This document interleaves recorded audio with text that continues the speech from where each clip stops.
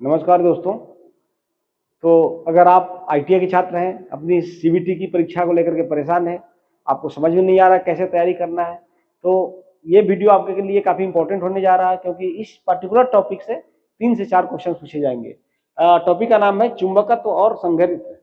चुंबकत्व और संघनित्र, ठीक है, मैग्नेटिज एंड कैपेसिटर। तो इस टॉपिक को अगर आप ठीक से कर लीजिएगा तो न केवल आपका आईटीआई का सीबीटी एग्जाम में आप अच्छा कीजिएगा, बल्कि कोई भी गवर्नमेंट एग्जाम दे रहे हैं, जैसे कि सेल हो गया, गेल हो गया, डीआरडी हो गया, ऑर्डिनेंस हो गया, इसरो हो गया, मेट्रो हो गया, या फिर स्टेट इलेक्ट्रिसिटी बोर्ड हो गया, तो सब में इस पर्टिकुलर क्वेश्चन से 3 से 4 क्वेश्चन आता है। तो चलिए बिना देर किए हुए वीडियो को शुरू करते हैं, लेकिन इससे पहले आप सभी हमारे इस चैनल को लाइक एंड सब्सक्राइब कर दीजिए। चलिए शुरू करते हैं। देखिए, पहला जो क्वेश्चन है वो सीरीज कॉम्बिनेशन से है कैपेसिटर का, कि 3 कैपेसिटर दिया हुआ है, सीरीज में कनेक्टेड है। अगर इनके टोटल कैपेसिटेंस वैल्यू की गणना करना है तो कैसे करेंगे। इसका मतलब ये हुआ कि अगर हम लोगों को ये जो कैपेसिटर है इसको एक सिंगल कैपेसिटर से चेंज करना है, एक सिंगल कैपेसिटर से चेंज करना है, एक ही कैपेसिटर से, तो कितने माइक्रोफैराड की कैपेसिटर लगेगा।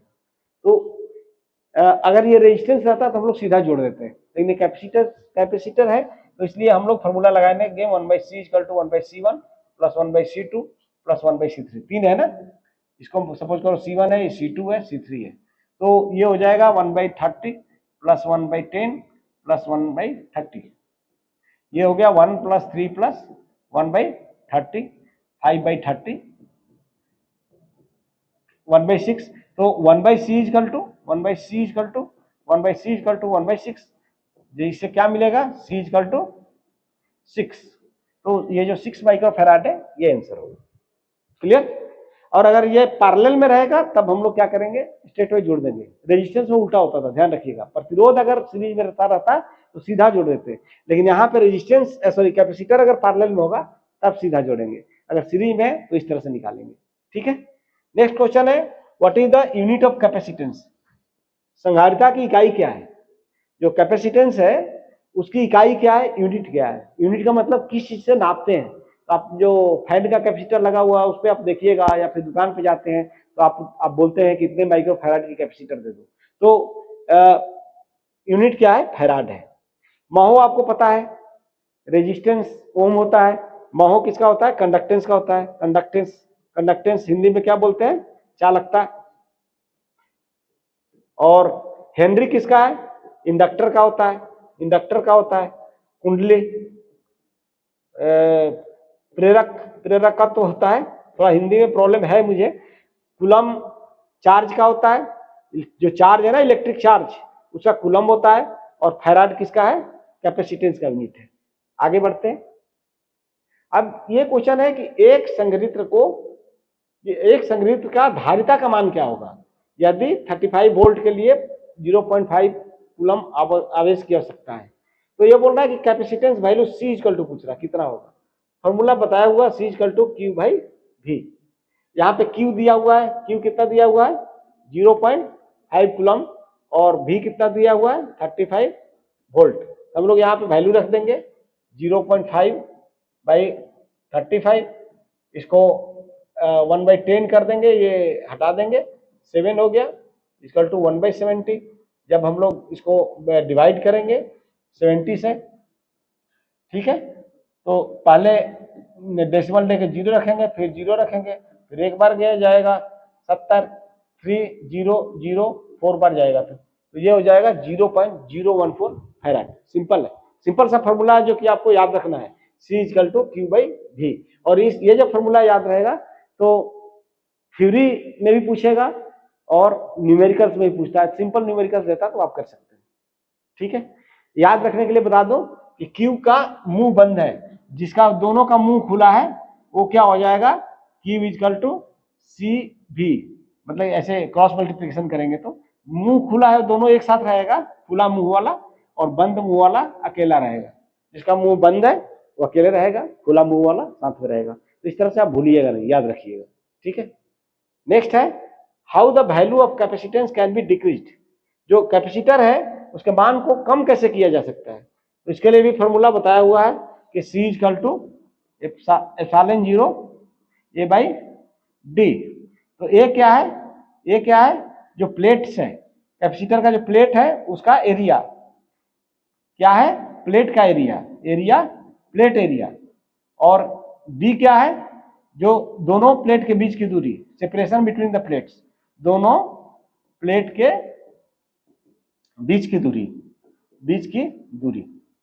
अब देख सकते हैं ये जो फॉर्मूला है, ये जो फॉर्मूला इसमें देख सकते हैं कि अगर डी को हम लोग बढ़ाएंगे तो सी का मान कम होगा, है ना। अगर मान लीजिए किसी चीज में 5 से डिवाइड कीजिएगा, 5 की जगह में 10 से भागा दीजिएगा, कम नहीं होगा। मान लीजिए 20 है, 20 में 5 से भागा दीजिएगा तो कितना आएगा, 4 आएगा। वही 10 से भागा दीजिएगा तो कितना आ जाएगा, 2 आ जाएगा। तो इसलिए ये अगर डी बढ़ेगा तो सी कम होगा, अगर ए बढ़ेगा तो सी क्या होगा, बढ़ेगा। समानुपाती है ए और डी है व्युत्क्रमानुपाती। तो इसलिए इंक्रीजिंग द प्लेट एरिया, ये अगर प्लेट का एरिया बढ़ाएंगे, ये एरिया को यहाँ पे बढ़ाएंगे तो सी का मान क्या होगा, बढ़ेगा, क्योंकि यहाँ पे मल्टीप्लाई है। Increasing the resistance of the plate, resistance उसमें है ही नहीं, इसका मतलब ही नहीं है। Increasing the distance between the plate, हाँ ये इसको अगर हम लोग बढ़ाएंगे डी को तो सी का मान क्या हो जाएगा, कम हो जाएगा। तो ये सही है, और डाइलेक्ट्रिक से कोई मतलब है नहीं। तो ये जो है ना, ये परमिएबिलिटी जो है एप्सिलॉन 0 एप्सिलॉन होगा, एप्सिलॉन 0 एप्सिलॉन r होता है, तो a बाई डी होता है। तो इस फॉर्मूला का हमें याद रखना है, ध्यान रखिएगा, 2 फॉर्मूला याद रखना है। एक क्या हो गया, c equal to q by v और c equal to epsilon a by D, epsilon a by D, ठीक है। इस तरह से हम लोगों को याद रखना है, क्लियर। तो ये जो है इसको हम लोग याद रखेंगे, भूलेंगे नहीं, तो क्या होगा कि आप क्वेश्चन से पकड़ सकते हैं, क्लियर। नेक्स्ट चलते हैं, which is the diamagnetic substance. Diamagnetic क्या होता है, यहाँ पे हमने थोड़ा सा आगे लिया हुआ है, प्रतिचुंबकीय बोलते हैं, प्रतिचुंबकीय पदार्थ क्या होता है कि वह पदार्थ है जिसे कि चुंबकीय क्षेत्र में अगर आप रख रहे हैं तो बहुत ही कम उसमें चुंबक बनेगा, और वो बिल्कुल बहुत कम चुंबकित होता है और विपरीत दिशा में होता है। इसका मतलब वो प्रतिकर्षित होता है, चुंबकीय क्षेत्र में रखें तो उससे उस चुंबक जिसके क्षेत्र में रखें उससे ये प्रतिकर्षित मतलब दूर जाता है। और इसका जो परमिएबिलिटी है, पारगम्यता जिसको बोलते हैं, परमिएबिलिटी लेस देन 1 होता है। तो कभी कभी आता है कि परमिएबिलिटी जो प्रतिचुंबकीय है उसका क्या होता है, डायमैग्नेटिक बोलते हैं, अंग्रेजी में डायमैग्नेटिक बोलते हैं, ठीक है, अंग्रेजी में डायमैग्नेटिक बोलते हैं। और इसकी जो परमिएबिलिटी होती है वो लेस देन 1 होती है। दूसरा है अनुचुंबकीय, एक प्रति हो गया, दूसरा अनुचुंबकीय जिसको कि अंग्रेजी में बोलते हैं पैरामैग्नेटिक। पैरामैग्नेटिक मटेरियल वो होता है जो कि चुंबकीय क्षेत्र में रखने पे वो भी कम ही चुंबकित होता है, लेकिन चुंबक के दिशा में होता है, इसलिए इसमें जो शक्तिशाली चुंबक है जिसके क्षेत्र में रखे हुए हैं उसकी तरफ ये आकर्षित होता है। और इसके जो चुंबकीय पारगम्यता है, परमिएबिलिटी है, वो 1 से ज्यादा होती है। जैसे कि उदाहरण दिया एल्यूमिनियम, प्लेटिनम, मैग्नीज, तांबे का सल्फेट, कॉपर सल्फेट और ऑक्सीजन। लेकिन प्रतिचुंबकीय जो है उसमें क्या क्या होता है, देखिए तांबा को चुंबक बनाइएगा जल्दी बनता है, नहीं बनता है, बनेगा भी तो प्रतिकर्षित करेगा।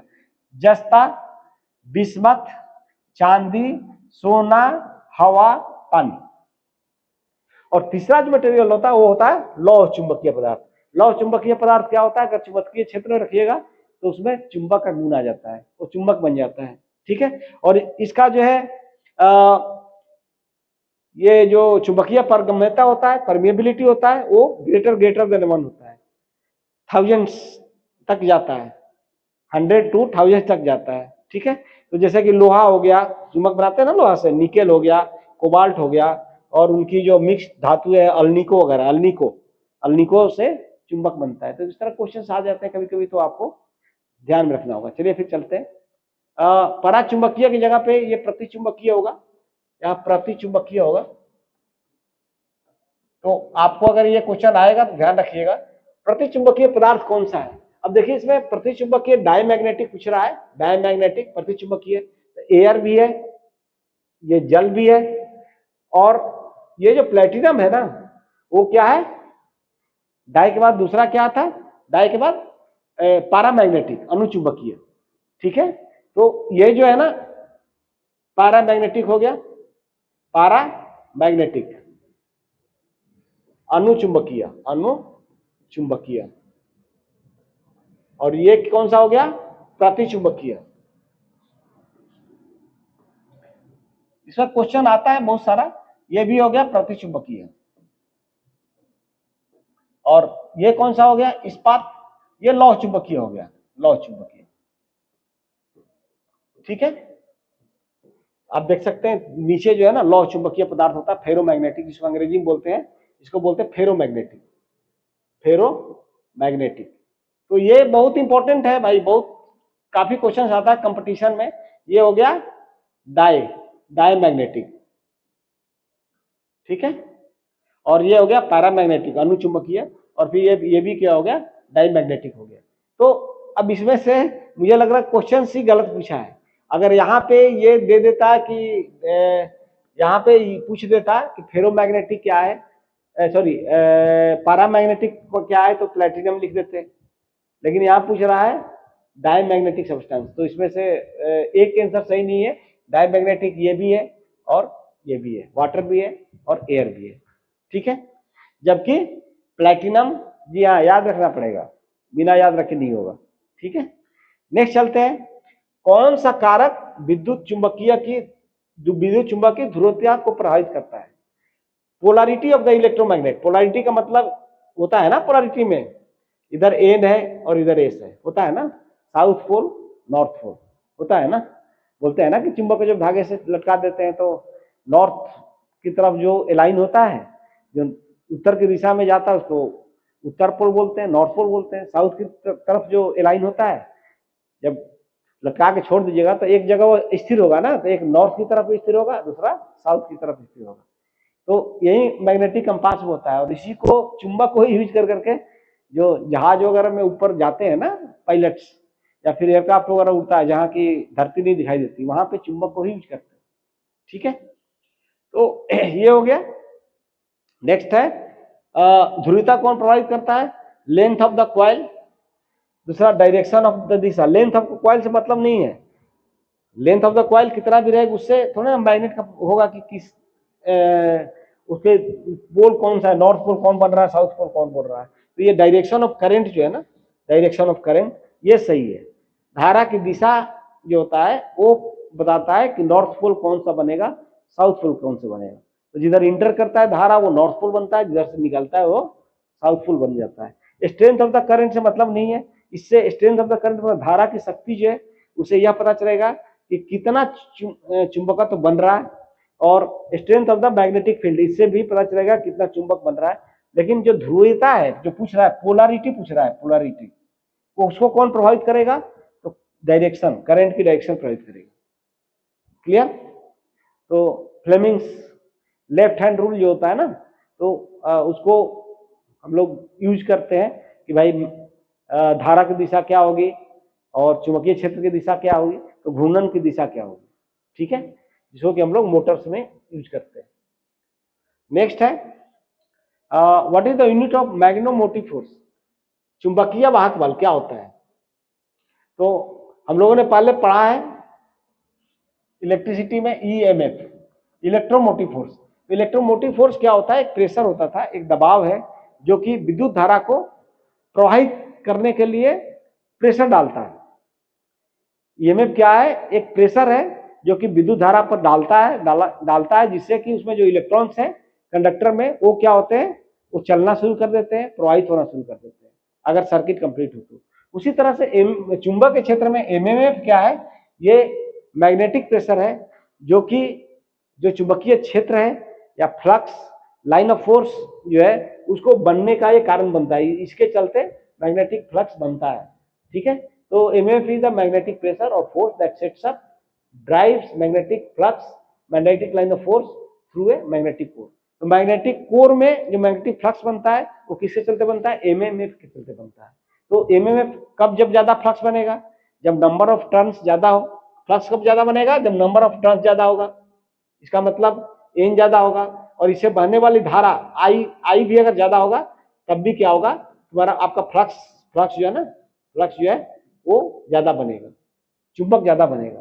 तो इसका जो फॉर्मूला है वो क्या है, N I, number of turns, मतलब कि कॉइल की संख्या, कितना फेरा है, कुंडली जो बना है उसमें कितना फेरा है और कितना करंट फ्लो हो रहा है। तो नेचुरली एम्पियर टर्न हो गया, कितना हो गया, number of turn into current, मतलब कि एम्पियर, करंट का एम्पियर हो गया और नंबर जो टर्न है उसका हो गया turn, ampere turn, ampere turn, ये सी। भाई पढ़ना पड़ेगा, बिना पढ़े कुछ नहीं हो सकता है। अगर नहीं पढ़िएगा तो क्या होगा कि दुनिया बहुत तेजी से बदल रही है, बहुत स्मार्ट स्मार्ट लड़के पैदा हो रहे हैं। तो अगर आज आप अपने जगह नहीं बना पाइएगा, सही जगह पे नहीं खड़े हो पाइएगा, सही प्लेटफॉर्म नहीं खोज पाइएगा, तो कल को आपसे स्मार्ट लोग आ जाएंगे और आपको समझ में नहीं आएगा कि फिर मैं क्या करूं। इसलिए अभी मेहनत कर लेंगे तो सफलता के ज्यादा चांस है। ठीक है, समझने की कोशिश कीजिएगा। नेक्स्ट क्वेश्चन है कि तीन प्रेरकत्व है, तीन प्रेरकत्व का मतलब इंडक्टर्स है। इंडक्टर्स का मतलब ये इंडक्टर इसको बोलते हैं, तार लेकर कैसे लपेट दिया ना, ये इंडक्टर हो गया, ये इंडक्टर हो गया। ये तीन इंडक्टर है, एक L1, ये L2 और L3। अब ये बोल रहा है तीनों श्रृंखला में जुड़े हैं, किसमें श्रृंखला जुड़े हैं, सीरीज में, कनेक्टेड इन सीरीज, श्रृंखला में जुड़े हैं। तो ये तीनों श्रृंखला में जुड़े हैं, मतलब ऐसे जोड़ के ये श्रृंखला हो गया। और जब इस श्रृंखला में हो गया तो ये बोल रहा है कि तीनों के जगह पे अगर एक हम लोगों को ये चाहिए तो वो जो प्रेरकत्व होगा उसका मान कितना होगा। तो जैसे सीरीज में अगर ये जुड़ रहा है तो जो इंडक्टर्स होता है उसका जो वैल्यू होता है वो होता है L1 plus L2 plus L3। ठीक है, कैपेसिटर जैसा नहीं होता है, ये रेजिस्टेंस जैसा इसकी वैल्यू निकालते हैं। रेजिस्टेंस में था ना, प्रतिरोध में था ना कि R1 plus R2 plus R3 series में था। कैपेसिटर में हमने क्या देखा, जब सीरीज में हो रहा था तो 1/C equal to 1/C1 plus 1/C2 plus 1/C3। ठीक है, तो ये हो जाएगा L1 plus L2 plus L3, B हो जाएगा। आगे बढ़ते हैं, समझ में आ गया होगा आपको। आगे बढ़ते हैं, ध्यान से पढ़िए। परमियंस की इकाई क्या, परमियंस, ठीक है, परमियंस की यूनिट्स पूछ रहा है, यूनिट्स क्या है। तो परमियंस की यूनिट होता है वेबर पर एम्पियर टर्न, वेबर पर एम्पियर टर्न।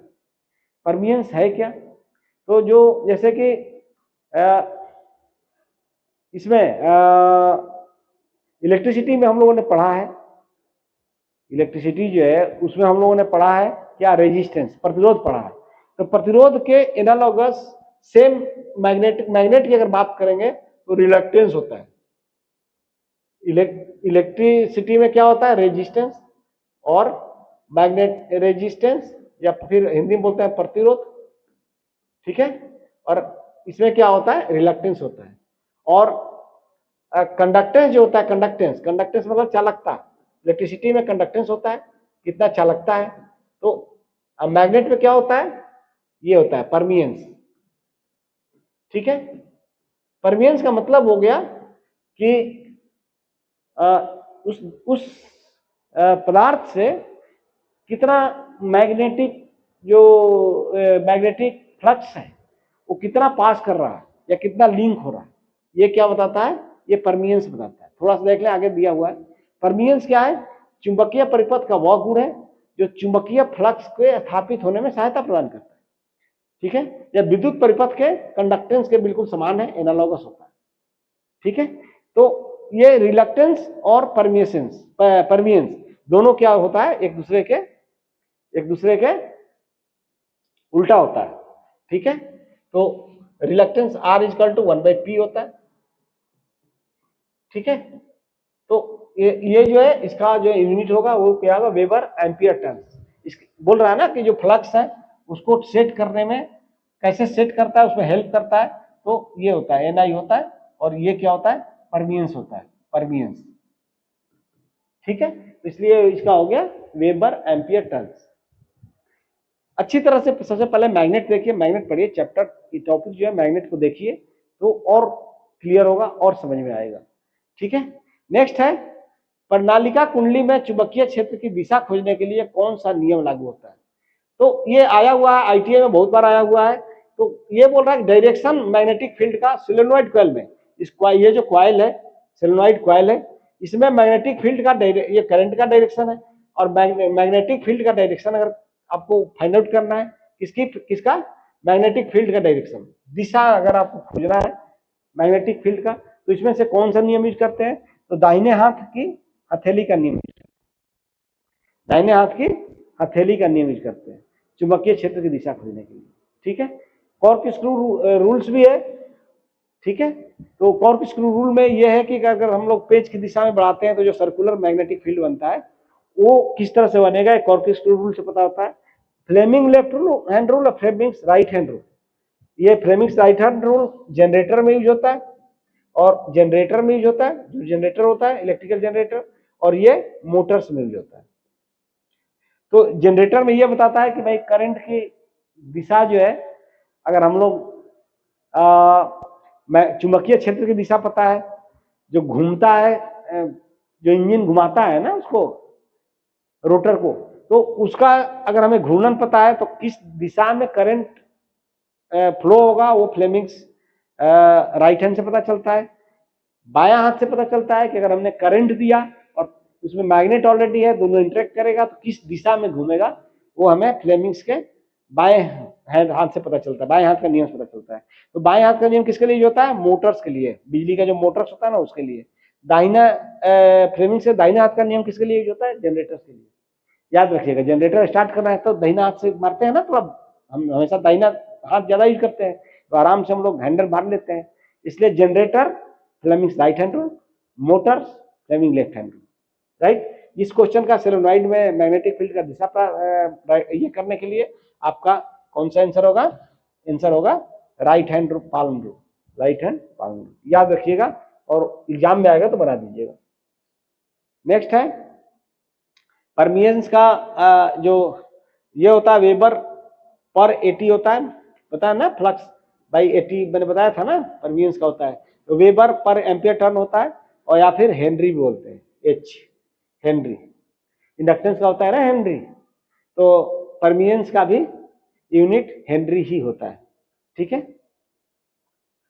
नेक्स्ट है, फिर आ गया देखिए, अब सीरीज में जुड़ा है वही चीज, 10-10-20 एक आया था ना इस तरह से, तो मैंने बताया ही था कि इस तरह का आएगा तो 1/c equal to 1/c1 plus 1/c2 plus 1/c3 करना है। तो ये हो गया 1/10 प्लस 1/10 प्लस 1/20, क्योंकि ये 10 माइक्रोफैराड है, ये 10 माइक्रोफैराड है और ये 20 माइक्रोफैराड है। मैंने लिख दिया क्योंकि वो थोड़ा सा सही नहीं आ रहा है। तो ये हो गया 22 प्लस 2 प्लस 1 5/20 1/4, तो 1/c इक्वल टू 1/4, इसलिए c इक्वल टू 4 माइक्रोफैराड।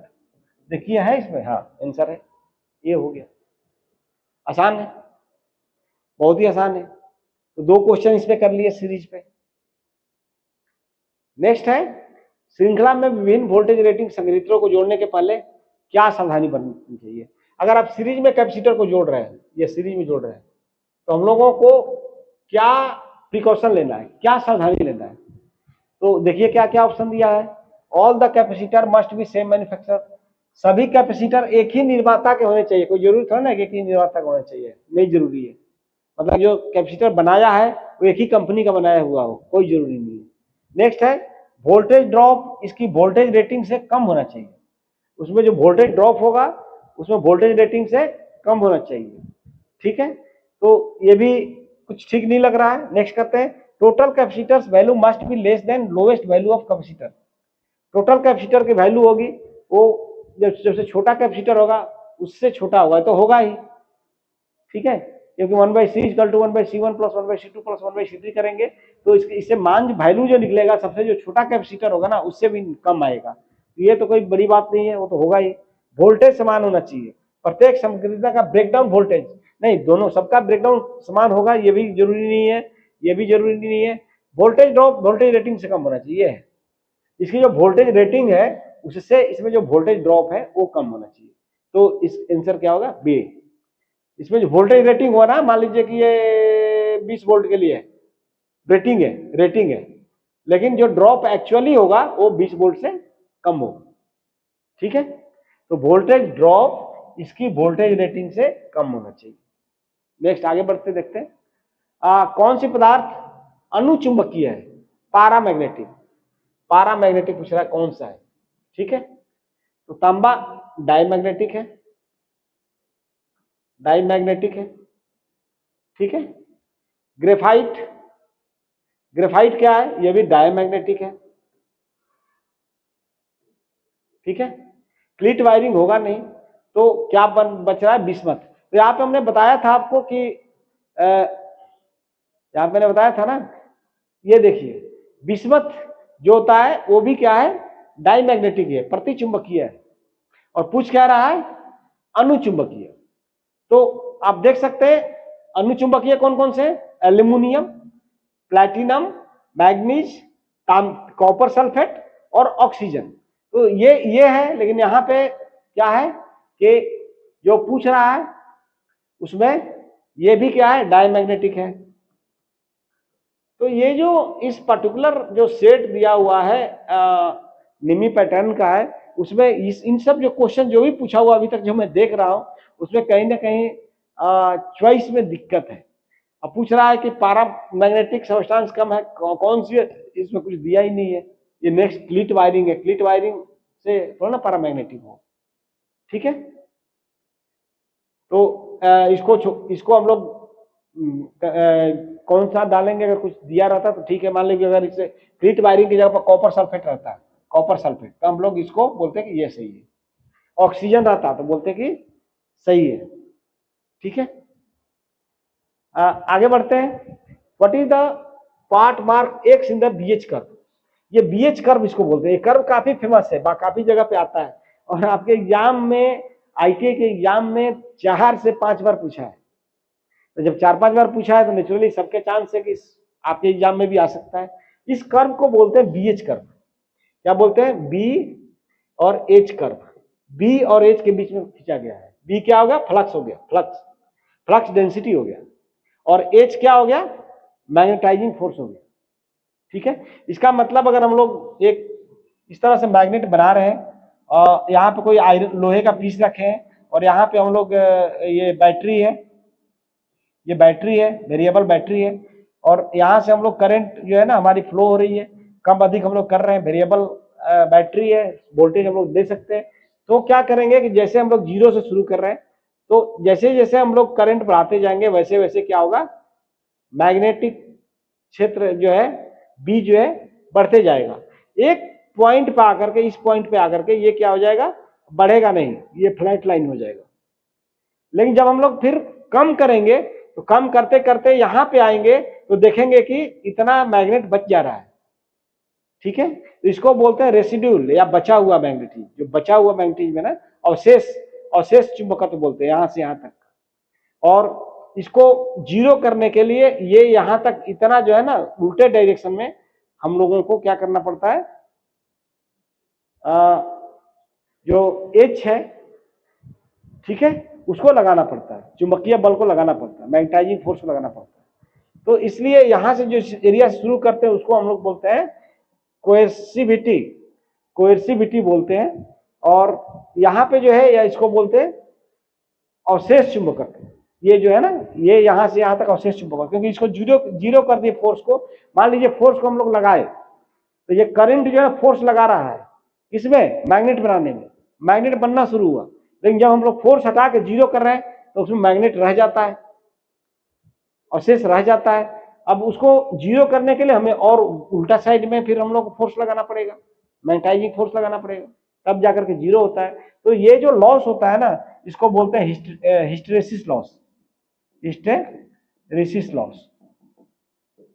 ठीक है, क्योंकि हम लोगों को जीरो के फोर्स हटा लिया, उसके बाद भी हम लोग को उसको मैग्नेट पूरा जीरो करने के लिए हमें उल्टे डायरेक्शन में फोर्स लगाना पड़ रहा है। तो इस तरह से जो लॉस होता है उसको बोलते हैं हिस्टेरेसिस लॉस। क्वेश्चन पूछ रहा है कि ये जो एक्स है, ये जो एक्स है ना, ये इसको क्या बोलते हैं, तो इसको बोलते हैं कोएर्सिविटी। सिचुएशन पॉइंट कौन सा है, ये सिचुएशन पॉइंट है। यहाँ पे ना जाकर के फिर फोर्स बढ़ाने पे भी बी बढ़ नहीं रहा है। मैग्नेटाइजिंग फोर्स चुंबकीय बल, ये जो एच लगा रहे हैं चुंबकीय बल है, और रेसिडुअल मैग्नेटिज्म कौन सा है, ये यहाँ पे जब जीरो हम लोग फोर्स को कर दिए फिर भी इतना चुंबक रह रहा है, उसको हम लोग क्या बोलते हैं, अवशेष चुंबक। तो जरूरी है कि आप बीएच कर्व को ठीक से समझे, क्योंकि इससे कुछ भी क्वेश्चन आ सकता है, एग्जामिनेशन पॉइंट ऑफ व्यू से काफी इंपॉर्टेंट है, स्पेशली जो कंपटीशन का एग्जाम होता है, कंपटीशन में जो पूछा जाता है उसे एक चैप्टर एक या दो क्वेश्चंस एक्सपेक्टेड रहता है इस पर्टिकुलर कर्व से। चलिए आगे बढ़ते हैं। नेक्स्ट है विद्युत परिपथ में चालकता के लिए चुंबकीय सर्किट में समान शब्द क्या है। चालकता के लिए अभी बताया ना, चालकता के लिए, कंडक्टेंस के लिए, ठीक है।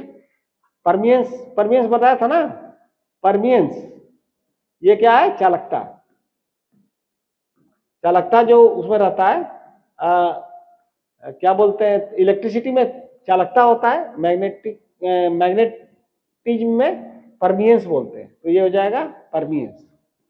इसी तरह से पूछ देगा चालकता है ना, प्रतिरोध के लिए, प्रतिरोध के लिए चुंबकीय सर्किट में समान शब्द क्या है, वो क्या है, रिलक्टेंस, रिलक्टेंस, रिलक्टेंस, या फिर हिंदी में रिलक्टेंस, रिलक्टेंस, ये रिलक्टेंस, ठीक है। प्रतिरोध के लिए, ये प्रतिरोध के लिए, लेकिन पूछ क्या रहा है, चालकता के लिए, चालकता के लिए क्या होगा, परमियंस होगा, हम लोग ऑलरेडी डिस्कस कर चुके हैं। नेक्स्ट है रिलक्टेंस की इकाई क्या है। तो परमियंस का इकाई हम लोग पहले देखे थे, पिछले बार देखे थे ना, कितना था, वेबर। परमियंस का कितना था, परमियंस का यूनिट क्या था, परमियंस, थोड़ा पहले आया था ना, पीछे जाकर देख लीजिएगा, क्या बोला था, 5/NI, मतलब कि वेबर पर एम्पियर टर्न, वेबर पर एम्पियर टर्न। अब रिलक्टेंस क्या होता है कि ये जो रिलक्टेंस है ना, आर जो है 1/P होता है, रिलक्टेंस जो है वो क्या होता है, 1/, परमियंस, ठीक है। तो इसको उलट दीजिए, एम्पियर टर्न पर वेबर, एम्पियर टर्न पर वेबर होगा, इसका उल्टा हो जाएगा, परमियंस का उल्टा हो जाएगा, क्या हो जाएगा, रिलक्टेंस होगा। एग्जाम में भाई ये आता है, ध्यान रखिएगा, परमियंस और रिलक्टेंस और एमएमएफ ये आपको पूछा जाएगा, तीनों में से कोई एक क्वेश्चन आएगा, ध्यान रखिएगा, ठीक है।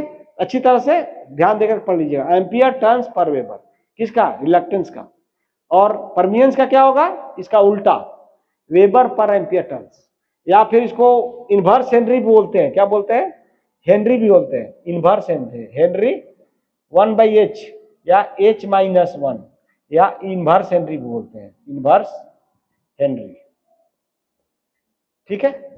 ये दिया हुआ इनवर्स हेनरी, ध्यान रखिएगा, ठीक है। इनवर्स हेनरी किसका हो गया, एम्पियर टर्न्स पर वेबर, इसको इनवर्स हेनरी बोलते हैं, ठीक है।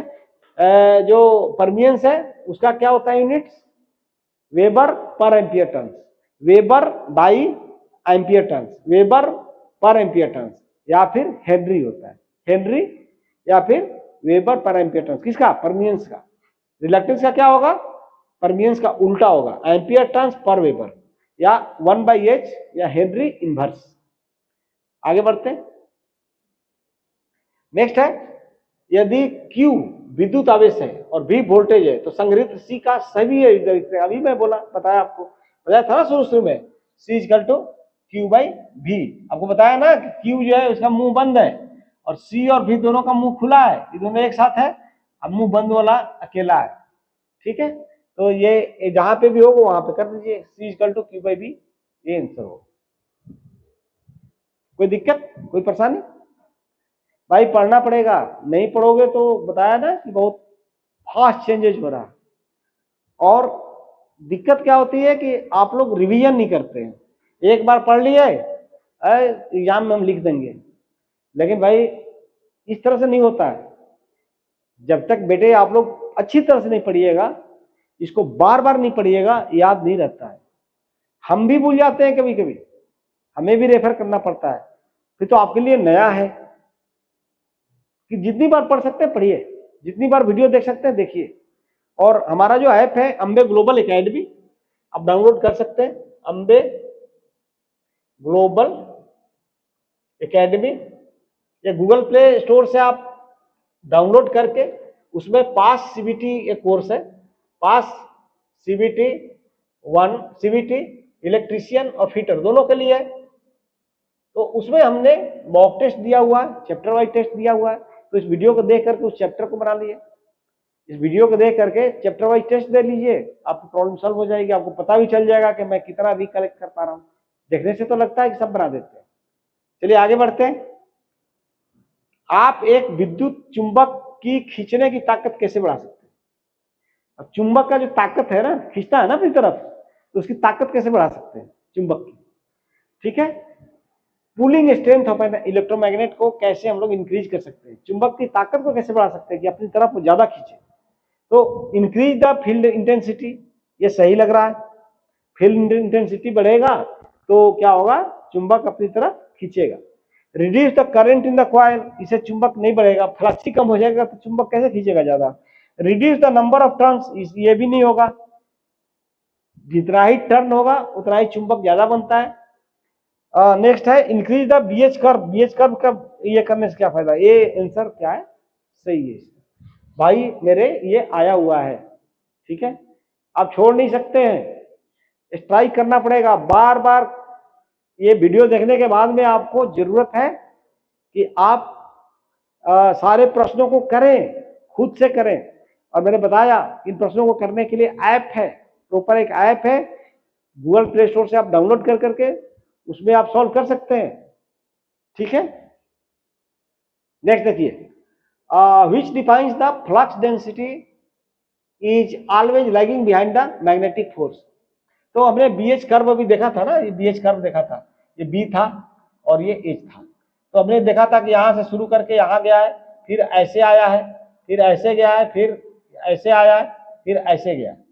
तो ये जो BH कर्व है, इसमें पूछ रहा है कि फ्लक्स हमेशा चुंबकीय बल से पीछे रहता है। एक बार जब हम लोग सैचुरेशन पॉइंट बढ़ गया तो जैसे जैसे हम लोग बढ़ाते जाते हैं तो ये जो फ्लक्स है ना, ये जो फोर्स है, ये चुंबकीय फोर्स है H है, उससे हमेशा पीछे रहता है।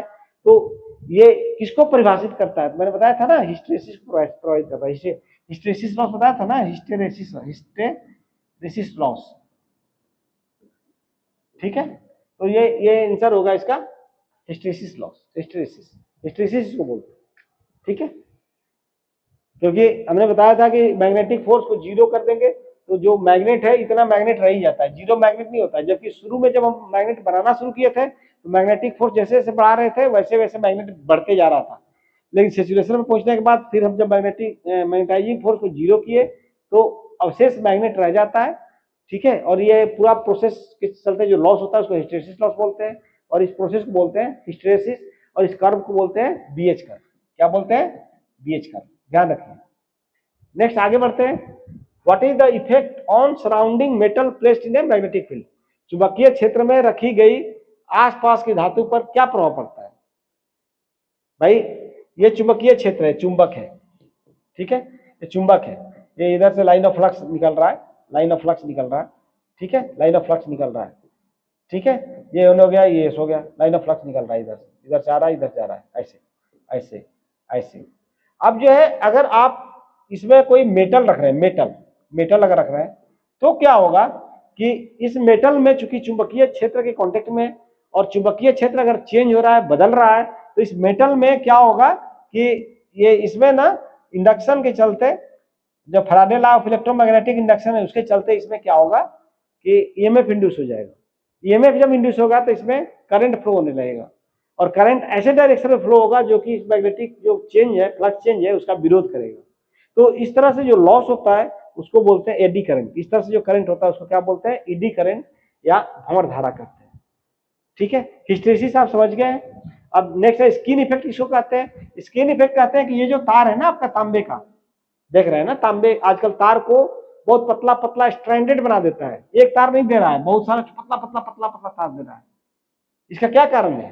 कारण ये है कि भाई जो इलेक्ट्रॉन फ्लो होता है ना, उसकी प्रॉपर्टी है कि ऊपर ऊपर फ्लो होता है, कि तो जितना मोटा रहेगा ना तो बीचवा में से नहीं फ्लो होगा, सब ऊपर ऊपर फ्लो होगा, क्योंकि बहुत सजा संवरा रहता है ना इलेक्ट्रॉन सजा संवरा रहता है, सोचता है कि हमको कोई देखे, साइज इतना छोटा है कि दिखाई कहाँ देता है, फिर भी नहीं मानता है, सबसे ऊपर स्किन पर, सबसे बाहरी क्षेत्र परत जो है उसी पर ट्रेवल करता है, इसको बोलते हैं स्किन इफेक्ट। और अब इतना एरिया दिया हुआ है, मोटा तार दिया हुआ है, तो इलेक्ट्रॉन्स को चाहिए कि सब जगह से समान रूप से प्रवाहित हो, लेकिन नहीं, वो बाहरी परत में ज्यादा प्रवाहित होगा, तो आपस में क्या होगा, उनका टक्कर होगा और हीट प्रोड्यूस होगा। तो ये एक प्रॉब्लम है, उसको बोलते हैं स्किन इफेक्ट बोलते हैं। डाइलेक्ट्रिक स्ट्रेस बोलते हैं कि जो कैपेसिटर है या फिर जो भी इंसुलेटर है उस पर जो वोल्टेज हम लोग लगाते हैं, तो कितने वोल्टेज तक वो इंसुलेटर बना रहेगा, कंडक्ट नहीं करेगा, ठीक है, उसको बोलते हैं डाइलेक्ट्रिक स्ट्रेस। चलिए आगे बढ़ते हैं। नेक्स्ट है वायु संघरित्र का उपयोग किसमें किया जाता है। तो अलग अलग तरह का संघरित्र है, अगर आप देखेंगे कि कितने तरह का संघरित्र है, इधर मैं लिखा हूं क्या, शायद नहीं है अभी। तो जो एक मिनट, नहीं अभी नहीं, टाइप्स नहीं दिया हूं। तो वायु संघरित्र का उपयोग किस उपकरण में किया जाता है। तो वायु संघरित्र का उपयोग जो है रेडियो रिसीवर में किया जाता है। वायु संघरित्र का मतलब ये हो गया बहुत सारा ये रहता है, हवा में ही रहता है, इस तरह से ट्यूनिंग के लिए बनाया रहता है, ट्यूनिंग के लिए। तो जैसे हम लोग रेडियो वगैरह ट्यूनिंग करते हैं तो वहां पे यूज होता है कौन सा, वायु संघरित्र, एयर कैपेसिटर से बोलते हैं, ठीक है। अगले क्वेश्चन पर चलते हैं 22 में। What will happen if the polarized electrolytic capacitor is reversely connected. अगर ध्रुवीकृत इलेक्ट्रोलाइटिक संघरित्र विपरीत रूप से जुड़ा हो तो क्या होगा। इसका मतलब ये हो गया कि ये जो इलेक्ट्रोलाइटिक कैपेसिटर होता है, इलेक्ट्रोलाइटिक कैपेसिटर होता है, इलेक्ट्रोलाइटिक, उस पर एक सीधा पॉजिटिव मार्क होता है, एक सीधा निगेटिव होता है। तो अगर आप उल्टा जोड़ दीजिएगा, निगेटिव को पॉजिटिव, पॉजिटिव को निगेटिव में जोड़ दीजिएगा, तो क्या होगा, गर्म होगा और ये क्या हो जाएगा, विस्फोट हो जाएगा। संघरित्र पर कोई प्रभाव नहीं पड़ेगा, सही नहीं है। करंट रिड्यूस होगा, ये भी सही नहीं है। कैपेसिटेंस कम हो जाएगा, ये भी सही नहीं है। खराबी हो जाएगा, कैपेसिटर जल जाएगा, उड़ जाएगा, ठीक है। तो जो पोलराइज्ड कैपेसिटर है जिसमें प्लस माइनस मार्क्स होता है, कुछ जो नॉन पोलराइज होता है, जैसे कि आपका फैन में जो कैपेसिटर लगाते हैं उस पर पोलरिटी नहीं रहती है, उसको किधर भी से किसी साइड को कहीं से जोड़ सकते हैं। लेकिन कुछ कैपेसिटर पोलराइज होते हैं तो उनको पोलरिटी के हिसाब से ही जोड़ना हो, ठीक है। नेक्स्ट, पराचुंबकीय पदार्थ कौन सा है। इसमें से पराचुंबकीय पदार्थ कौन सा है, डायमैग्नेटिक। डायमैग्नेटिक बोल रहा है, परा नहीं होता है, मैंने बताया था ना क्या होता है, ठीक है। तो डायमैग्नेटिक वुड, निकेल, निकेल क्या है, फेरोमैग्नेटिक है, बहुत जल्दी इसमें चुंबक बनता है, फेरोमैग्नेटिक है, लौ चुंबकीय, मैग्नेटिक। तो आपको याद रखना पड़ेगा सब, इसमें प्रॉब्लम है, इस क्वेश्चन को छोड़ देते हैं, ठीक है। आप देख सकते हैं प्लेटिनम और मैग्नीज, वुडन जो है क्या है, ये डायमैग्नेटिक है, डायमैग्नेटिक, ठीक है। और प्लेटिनम और मैग्नीज का, मैग्नीज का भी देख सकते हैं आप, क्या है प्लेटिनम एंड मैग्नीज। ये देखिए प्लेटिनम जो है वो क्या है, ये है पैरामैग्नेटिक। प्लेटिनम क्या है, पैरामैग्नेटिक। मैग्नीज भी क्या है, पैरामैग्नेटिक। और पूछा क्या है, प्लेटिनम और मैग्नीज दोनों क्या है, पैरामैग्नेटिक है, ठीक है। ये क्या है, पैरामैग्नेटिक,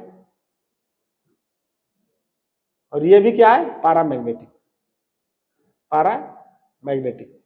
अब ये डाईमैग्नेटिक पूछ रहा था, डाईमैग्नेटिक में ये भी है, लकड़ी है, ठीक है। ये फेरोमैग्नेटिक है, पैरामैग्नेटिक है। डाईमैग्नेटिक मैग्नेटिक पूछ रहा है तो क्या हो जाएगा, वुडन आ रहा है, ठीक है।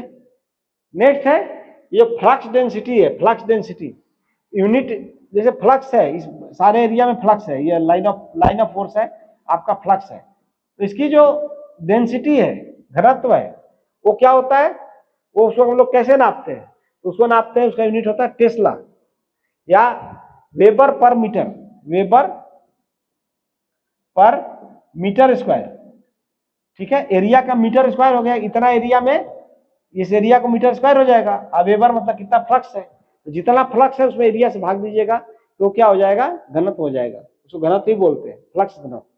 तो उसका क्या यूनिट होता है, टेस्ला होता है, आपको याद रखना होगा, काफी बार आता है, ठीक है।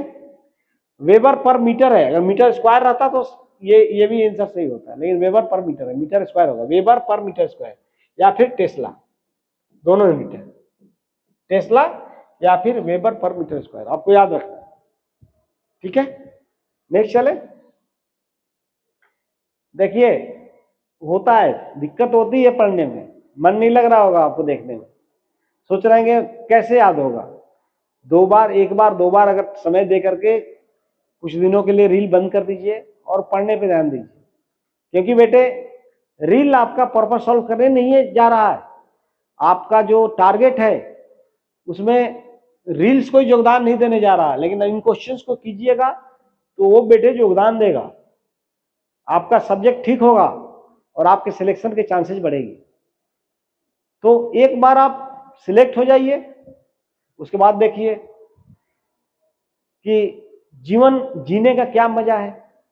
कोई आपको कुछ नहीं बोलेगा, अपनी तरफ से एंजॉय कर सकते हैं, लेकिन सफलता मिल जाती है उसके बाद में, नहीं मिलेगी तो क्या होगा, सोचते सोचते टाइम निकल जाता है, इसलिए मेहनत कीजिए।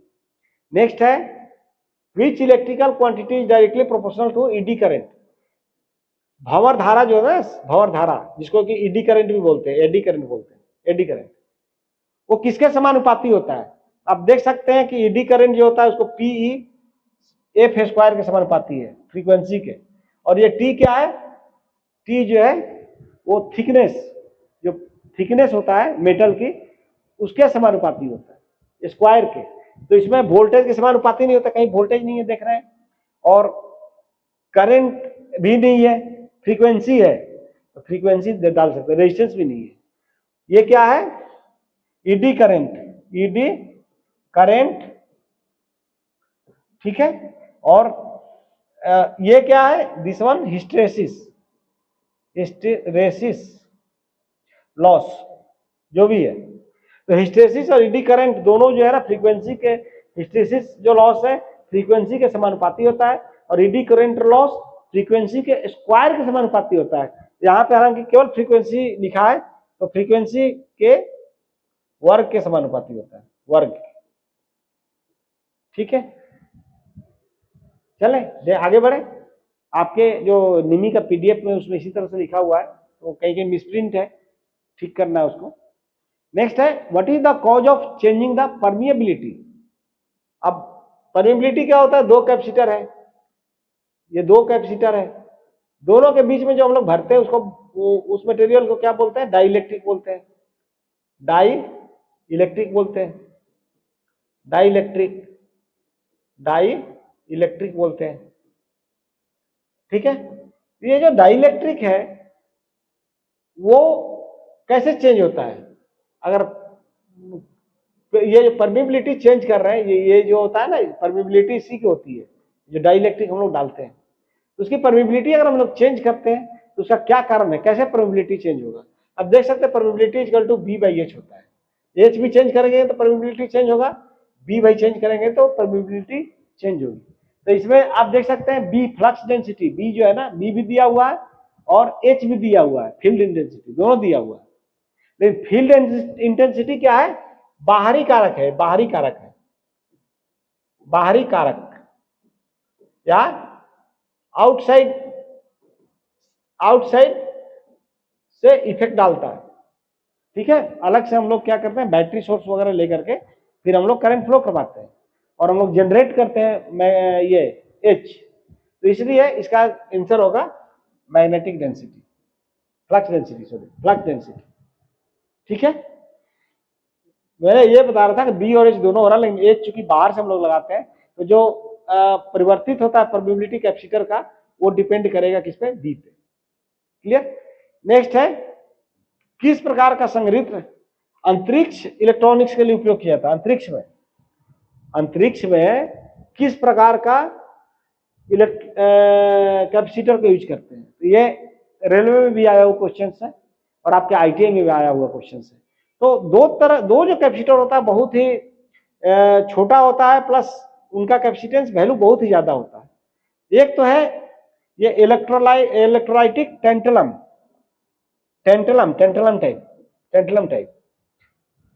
टाइप जो कैपेसिटर होता है उसकी कैपेसिटेंस वैल्यू बहुत ज्यादा होती है, ठीक है, इसलिए इसको, और छोटा होता है, तो जहां भी स्पेस कम रखना है ना वहां पे टेंटलम टाइप का हम लोग करते हैं यूज। और एक होता है super capacitor, super capacitor. Super capacitor तो स्पेशली एनर्जी को स्टोर करने के लिए, जैसे बैटरी है ना, बैटरी में कैसे एनर्जी स्टोर होता है उसी तरह से उसमें केमिकल एनर्जी स्टोर होता है और इसमें इलेक्ट्रिकल एनर्जी स्टोर होता है। सुपर कैपेसिटर एनर्जी स्टोरेज के लिए या मेमोरी वगैरह के लिए हम लोग यूज करते हैं। अंतरिक्ष में जो हम लोग यूज करते हैं वो है टेंटेलम, क्योंकि इसका साइज बहुत छोटा होता है लेकिन कैपेसिटेंस वैल्यू ज्यादा होता है। ठीक है, क्लियर? आगे बढ़ते हैं।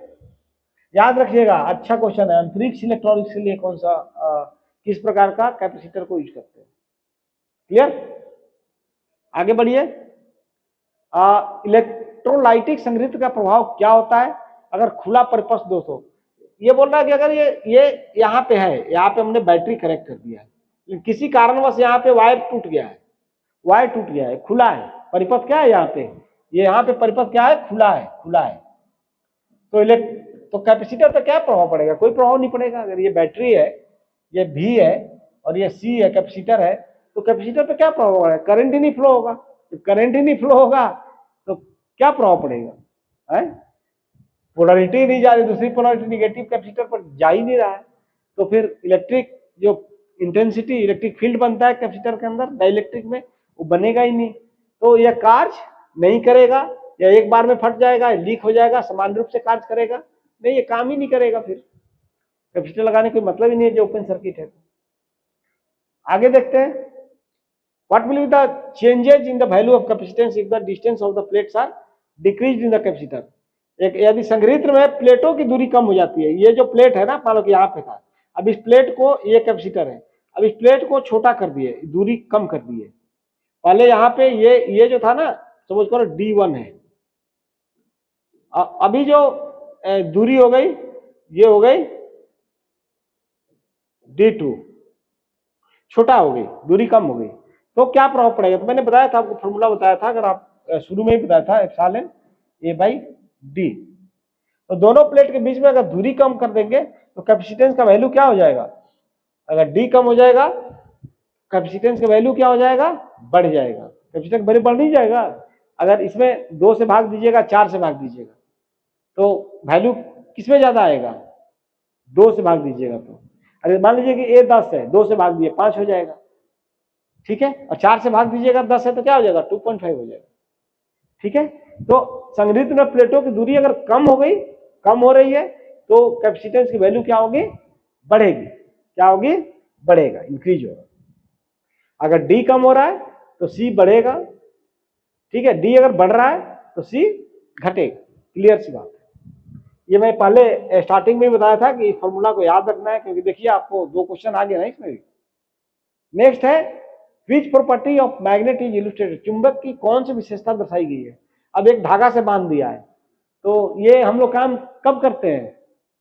ये जो थ्योरी है, इसका यूज मैग्नेटिक कंपास में होता है, दिशा ज्ञात करने के लिए, क्योंकि एक साइड नॉर्थ में हो जाएगा, दूसरा साइड साउथ में हो जाएगा, तो इसको हम लोग बोलते हैं डायरेक्टिव प्रॉपर्टी।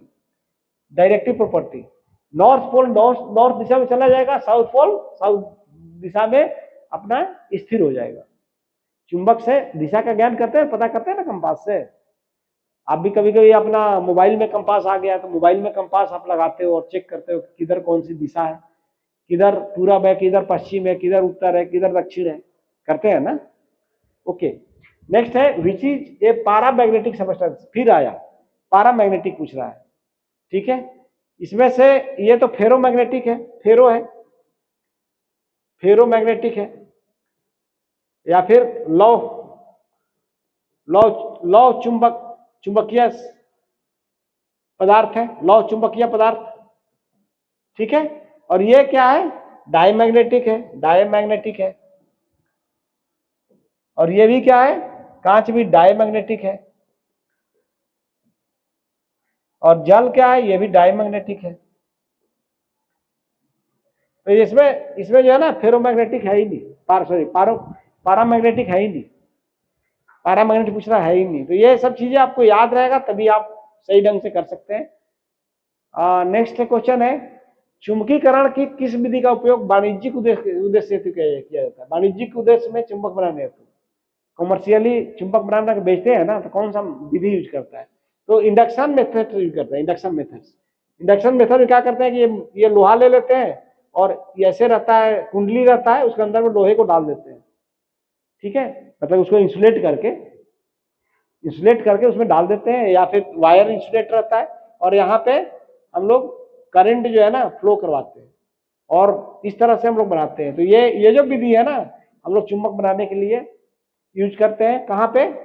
जो वाणिज्यिक उद्देश्य हेतु, मतलब कि बेचने खरीदने के लिए जो बनाते हैं ना काफी संख्या में, उसको यही बोलते हैं। एकल टच मेथड्स क्या होता है? एक चुंबक ले लिया बड़ा सा और दूसरा जिसको चुंबक बनाना है ना उसको इस पर रगड़ते हैं, ऐसे ऐसे ऐसे ऐसे रगड़ेंगे। ये एक ले लिया चुंबक, जिसमें चुंबक बनाना है, लोहा ले लिया और ऐसे ऐसे रगड़ रहे हैं एक बार, एक दिशा में, एकल विधि बोलते हैं। दूसरा है डबल मेथड में क्या करते हैं, दो लेते हैं, एक नहीं, कितना लेते हैं? दो लेते हैं। दो आयरन बार हमने ले लिया, एक मैग्नेट, स्ट्रॉन्ग मैग्नेट, ऐसे ऐसे ऐसे ऐसे हम लोग रगड़ते हैं, ऐसे ऐसे रगड़ेंगे, ठीक है। और तीसरा है डिवाइडेड टच मेथड्स में एक लकड़ी का यहाँ पे कुछ सेपरेट कर देते हैं, फिर इधर इधर ऐसे ऐसे रगड़ते हैं। तो जो क्वेश्चन पूछ रहा है उसका आंसर जो होगा वो होगा इंडक्शन मेथड्स। नेक्स्ट है, यदि घुमावों के बीच की दूरी बढ़ती है तो प्रेरण का क्या प्रभाव पड़ेगा? यह बोल रहा है कि मान लो कि ये कुंडली है, इंडक्टेंस, ठीक है। अब ये देख रहे हैं बीच की दूरी इतना है, बीच की दूरी कितना है, ये सब देख रहे हैं ना, बीच की दूरी, दो कुंडली के बीच की दूरी। अब ये बोल रहा है कि इसी को, कुंडली को हम लोग दूरी बढ़ा देंगे, दूरी कुंडली के बीच का बढ़ा देंगे, तो फिर क्या प्रभाव पड़ेगा? टर्न इतना ही रहेगा, दूरी बढ़ा देंगे तो प्रेरण पे क्या प्रभाव पड़ेगा? तो प्रेरण पे क्या प्रभाव पड़ेगा कि अगर दूरी आप बढ़ा रहेंगे तो प्रेरण क्या हो जाएगा? घटेगा। क्यों घटेगा? क्योंकि इसका लेंथ बढ़ जा रहा है। सबसे तो पहले लंबाई बढ़ जा रही है ना कुंडली की, और लंबाई के व्युत्क्रमानुपाती होता है ये जो प्रेरण होता है, प्रेरण या फिर इंडक्टेंस होता है, वो इंडक्टेंस जो है ना वो क्या होता है? Proportional to one by length, ठीक है। इंडक्टेंस जो है, इंडक्टेंस क्या है? लेंथ के व्युत्क्रमानुपाती होता है। और इसमें जो मैग्नेट बन रहा है ना वो क्या करता है? एक दूसरे को सपोर्ट करता है और फ्लो होने में मदद करता है, जो कि दूरी बढ़ाने से फिर उस पर प्रभाव पड़ता है। तो ओवरऑल क्या होगा? प्रेरण का प्रभाव क्या होगा? डिक्रीज होगा, ठीक है। वही चीज मैं दिखाया हूं कि ये जो है ना सेल्फ इंडक्टेंस जो है μ0n² एन जो है नंबर ऑफ टर्न्स है, नंबर ऑफ टर्न्स उतना ही लग रहा है, क्रॉस सेक्शनल एरिया उतना ही रह रहा है। ये तार जो है ना, तार, तो ये जो तार मान लीजिएगा, तो इसको काटते हैं ना, ये तार है, इसको काटते तो एक इसको क्रॉस सेक्शनल एरिया इसको बोलते हैं, क्रॉस सेक्शनल एरिया, इंद्रप्रस्थ काट क्षेत्रफल। और एल का व्युत्क्रमानुपाती होता है, ठीक है। लास्ट क्वेश्चन, कुचालक का कार्य क्या है? संघनित्र में पराविद्युत कुचालक का काम क्या है? डाइलेक्ट्रिक इंसुलेटर जो होता है ना, दो प्लेट के बीच में इंसुलेटर डालते हैं ना, यहाँ पे इंसुलेटर डालते हैं ना इधर बीच में, उसका क्या काम है? संघनित्र की ताकत को बढ़ाता है, प्लेटों के बीच किसी भी धारा के प्रवाह को रोकता है, protects from short circuit between the plates, लघु पतन से बचाता है, और helps to hold the charge in capacitor for long period, लंबे समय तक संघनित्र में आवेश को रोकने में मदद करता है, ठीक है। तो दोनों क्या करता है? जो ये डाइलेक्ट्रिक स्ट्रेंथ रहेगा तो वो क्या करेगा? प्लेट के बीच में धारा के प्रवाह को रोकता है और लघु पतन से बचाता है। तो दोनों ठीक लग रहा है, ठीक है। तो prevents any current flow between plates, plate के बीच में किसी भी धारा प्रवाह को रोकता है। नेक्स्ट देख लीजिए, धारिता का मान किस कारक के द्वारा निर्धारित होता है? सी का जो मान है बताया था ना, आपको बताया था कि सी का जो वैल्यू है, क्या फॉर्मूला बताया था? Epsilon A by D. तो प्लेट का एरिया है और ये डी क्या है? दोनों के बीच की दूरी, सेपरेशन है, पहले भी हम डिस्कस कर चुके हैं। तो धारिता का मान किस कारक के द्वारा निर्धारित होता है? प्लेट का एरिया, सही है। Shape of the plate, plate के शेप से मतलब नहीं है, एरिया से मतलब है, उसका क्षेत्रफल से मतलब है। ये क्या है? प्लेट का क्षेत्रफल है, जिसे कैपेसिटर बना है ना, उस प्लेट का क्षेत्रफल है, क्षेत्रफल। और डी क्या है? प्लेट के बीच की दूरी, प्लेट के बीच की दूरी,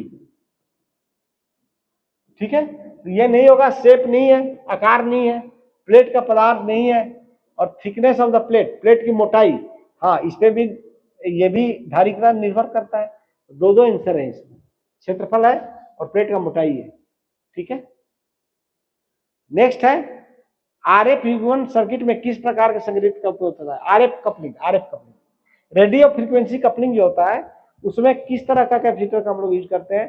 तो टेंटलम, टेंटलम बताया छोटा होता है, इसका कैपेसिटेंस का वैल्यू ज्यादा होता है, इसलिए टेंटलम का उपयोग स्पेस में करते हैं या फिर ऐसे जगह पे करते हैं जहां की जगह कम, जगह की जरूरत है, बहुत जगह कम है, तो स्पेस क्राफ्ट वगैरह में टेंटलम यूज करते हैं।